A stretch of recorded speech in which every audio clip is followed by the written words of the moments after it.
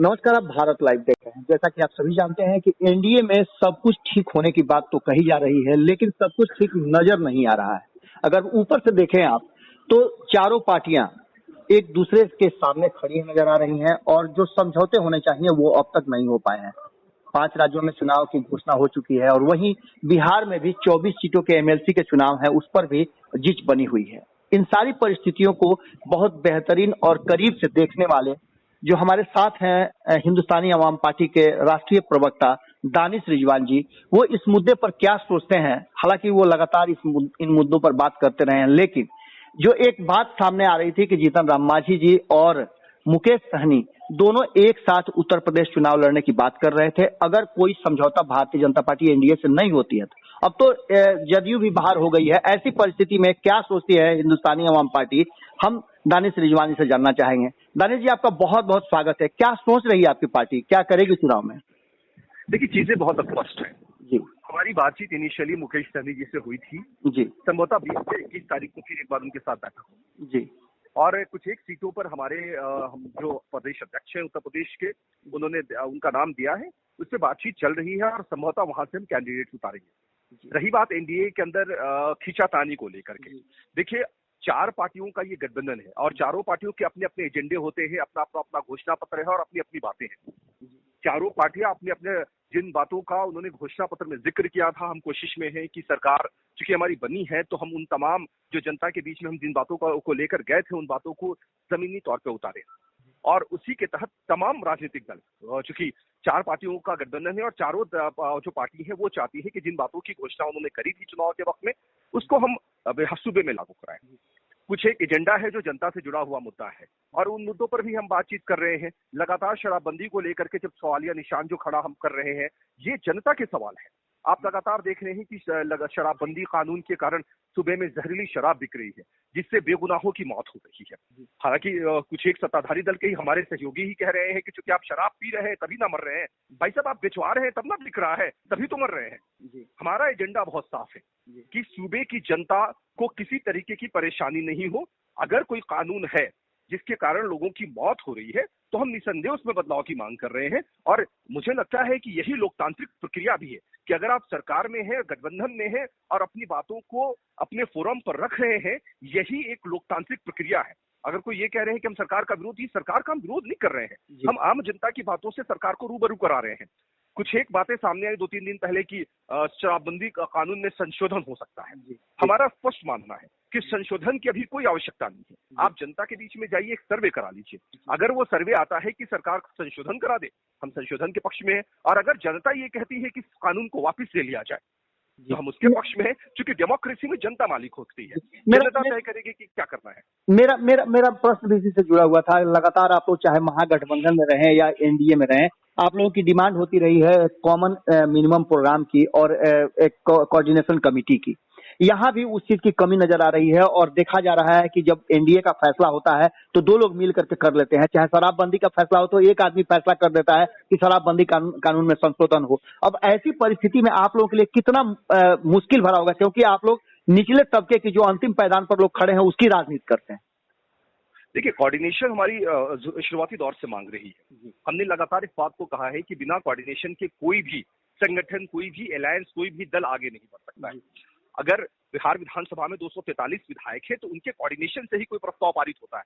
ऐसा नहीं है कि एक विधायक खड़ा होकर ये कह दे कि भाई फलां चीज को हम पारित करते हैं और 243 विधायक उसके हामी भर दे, हाँ हम पारित कर रहे हैं। ऐसी चीजें नहीं होती। कोऑर्डिनेशन के साथ ही सारी चीजें होती है। हमने स्पष्ट तरीके से कहा है कि हम अब वो किसी भी कीमत पर कोऑर्डिनेशन की जरूरत पड़ रही है, क्योंकि लगातार आप देख रहे हैं कि जनता दल यूनाइटेड के नेता भारतीय जनता पार्टी के शीर्ष नेतृत्व के ऊपर में कमेंट कर रहे हैं। भारतीय जनता पार्टी के नेता जनता दल यूनाइटेड के नेता के ऊपर में कमेंट कर रहे हैं। भारतीय जनता पार्टी के नेता मुकेश सहनी जी के ऊपर में कमेंट कर रहे हैं। जनता दल यूनाइटेड के विधायक जीतन राम मांझी साहब पर कमेंट कर रहे हैं। हमें भी मजबूरन जवाब देना पड़ रहा है। तो कहीं ना कहीं से कोऑर्डिनेशन की कमी है, तभी हम एक दूसरे पर टिप्पणी कर रहे हैं और जिससे कहीं ना कहीं से एनडीए कमजोर हो रहा है।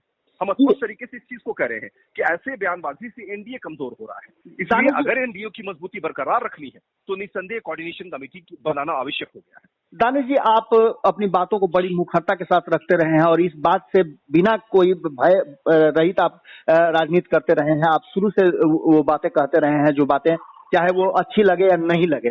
अब वर्तमान परिस्थिति में जिस तरह का आपने अभी तुरंत बताया कि आपस में ही हम लोग एक दूसरे के सामने खड़े हैं, एक दूसरे के विरुद्ध में बातें कर रहे हैं, तो क्या ऐसी स्थिति में बिहार का विकास कहीं बाधित हो रहा है? और अगर बिहार के विकास के लिए अगर जरूरत महसूस हुई तो क्या एनडीए से बाहर भी आप कोई संभावना तलाश करने के लिए अगर कोई रास्ता बनता है तो उसके साथ होंगे? देखिए, एनडीए से बाहर जाने की तो कोई संभावना दूर दूर तक नहीं है जी। लेकिन एक चीज बहुत स्पष्ट है, अगर हम गठबंधन में रहकर एक दूसरे के ऊपर में टिप्पणी करते हैं तो निसंदेह इसका फायदा जो है अपोजिशन को मिलता है।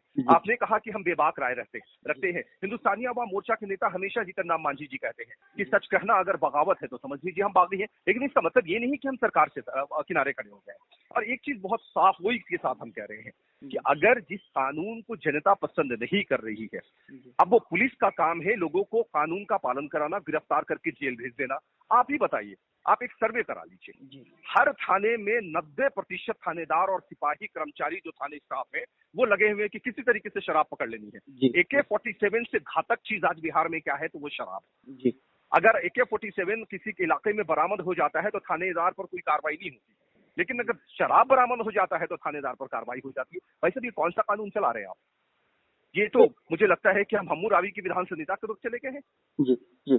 एक और अंतिम और बहुत महत्वपूर्ण प्रश्न है कि आप ही के बहुत करीबी सहयोगी जो एनडीए में आप लोग 4 घटक दल हैं उसमें मुकेश सहनी के साथ आपके संबंध बहुत बेहतर रहे हैं। हालांकि सबके साथ रहे हैं, ये कहना थोड़ा सा जल्दबाजी होगा, लेकिन मुकेश सहनी के साथ आपके संबंध बहुत बेहतर रहे हैं। मुकेश सहनी लगातार इस बात को कह रहे हैं कि यदि जरूरत महसूस हुई और बिहार के विकास के लिए अगर उन्हें एनडीए से बाहर जाकर के विकास अगर नजर आता है तो भी उनको कोई दिक्कत नहीं है।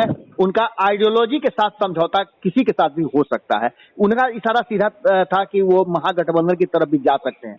तो क्या आपको लगता है कि आप भी उनके साथ हो सकते हैं?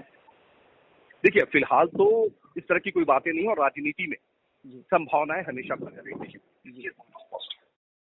डेवलपमेंट के लिए, विकास के लिए कोई भी राजनीतिक दल अगर जनता के विकास के लिए किसी के साथ जाने को तैयार है तो मुझे लगता है वो उसका विशेषाधिकार है। देश का विकास होना चाहिए, सूबे का विकास होना चाहिए, गांव जवार किसान का विकास होना चाहिए। और अगर विकास के पैमाने पे कोई राजनीतिक दल ये कहता है कि सबका विकास करके दिखाएंगे, और अगर वो हमारा सहयोग चाहता है तो विकास के मुद्दे पर अगर आप कहिएगा तो हम किसी के साथ खड़े हो सकते हैं, लेकिन आम जनता का, गरीबों का, दलितों का, पिछड़ों का, अकलियत का विकास होना चाहिए। और अगर हम ये विकास नहीं कर पाते हैं तो हमारा मानना है कि हम निकम्मे हैं।